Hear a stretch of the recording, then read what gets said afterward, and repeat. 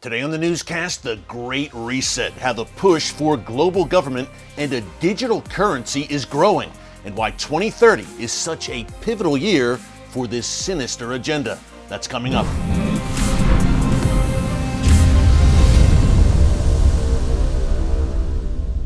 Hey folks, Erick Stakelbeck here. Welcome to the Watchman Newscast. What would you say if I told you that by the year 2030, you'll own nothing, have no privacy, and yet you'll be happy? That you'll live in a cashless society where all currency is digital, and that everyone on Earth will require a digital ID to travel freely. And that much like communist China, you'll be given a social credit score that determines how loyal you are to this new global system and those who control it. The end game is a one world government. To many, this sounds like something straight out of George Orwell's 1984, but I believe an even better guidepost would be the Book of Revelation and the coming Antichrist-led system. Now, some very powerful global players, led by the World Economic Forum and with the enthusiastic backing of some Western leaders, major corporations, and the UN, are openly promoting this radical transformation of society. They call it the Great Reset. And folks, it's not a conspiracy or a theory when the people behind it are telling you out loud what they intend to do. I recently hosted a full special for TBN called What is the Great Reset?, which you can find right here on our channel under the category TBN Specials. It features my interviews with some incredible voices on this subject, including, among others, Pastor Jack Hibbs, Victor Davis Hanson, and the Kwak brothers. Now, Daniel and Sam Kwak host a great channel right here on YouTube called the Kwak Brothers Freedom Files, where they break down the true agenda behind the Great Reset. Be sure to subscribe to their channel at the Kwak Brothers.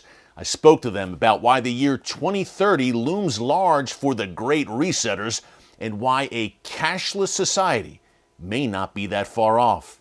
Take a look. He heads up this World Economic Forum. They meet yearly in Davos, Switzerland, as you mentioned.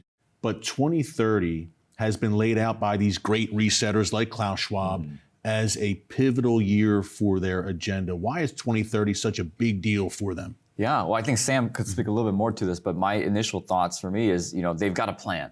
But, if you look at everything that's going to happen, with writing on the wall, so to speak, it really points towards that being more so a 10-year plan as opposed to something they could just do right away.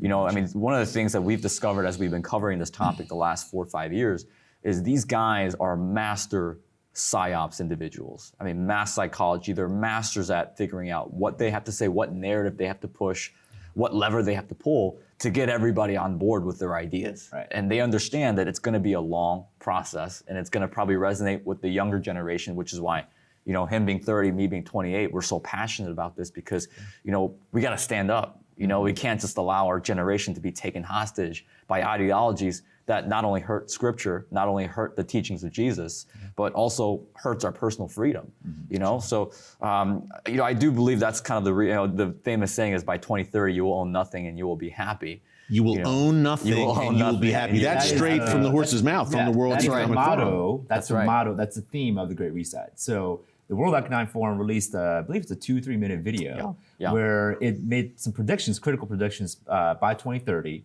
One of the main key thing is you will own nothing and you will be happy. And it's interesting. There's a man who's smiling. He seems very peaceful. He's calm. He's got this really bright grin, and with the caption of "You will own nothing and you'll be happy." Well, how does that work in their view? You will own nothing yet you'll be happy. Yeah. What does that exactly mean? Yeah. Well, they believe in a shared economy, meaning that hey, everyone's going to rent out things, right? So a lot of individuals who I guess criticize people like us who say that's not a good thing. They're saying, well, what if it's a world where it's a lot like Uber, where people don't own their cars, they take an Uber. But my counter argument to that is, well, the Uber driver owns the car, so there's got to be some people who own something. And so if we don't own anything, then well, who will? Digital ID, which you mentioned, Daniel, and digital currency, two concepts that are also very central to the Great Reset agenda. The digital currency, you can see the seeds for that being laid right now. Right. And digital ID as well. Vaccine mandates, I think we're a step in that direction during COVID. Right. how far down the line are we towards a digital currency, number one, and perhaps even digital ID? Yeah, so in regards to CBDC, which stands for Central Bank Digital Currency. So what that is, you may have heard Bitcoin, DeFi, right? Decentralized finance. Bitcoin, Ethereum, these are blockchain technology-backed currency, which in essence could be a good thing.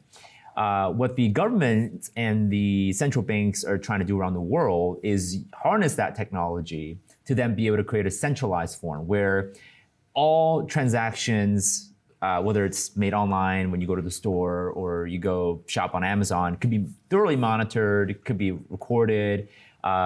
So the central banks want to design this, and typically they always seem to have a good reasons as to why. They have a list of good reasons. Hey, here's why this is gonna be amazing. It's gonna make transactions efficient, it's gonna be less costly, we can do cross-border transaction, which actually feeds right into the narrative of eliminating sovereignty borders and making really the world one government. Yeah. But the central bank digital currency, CBDC, the threat of that, it has actually really good ties to the digital IDs because they want to give you money, or they want people who deserve, based on their standards, to have control over their money. So if they don't like what you did or didn't like what you said about them, they can shut your money down or put an expiration date on it and say, hey, your money is only good for the next 30 days, spend it wisely, and just completely shut your account down. And we've seen what happened in Canada with the trucker protest,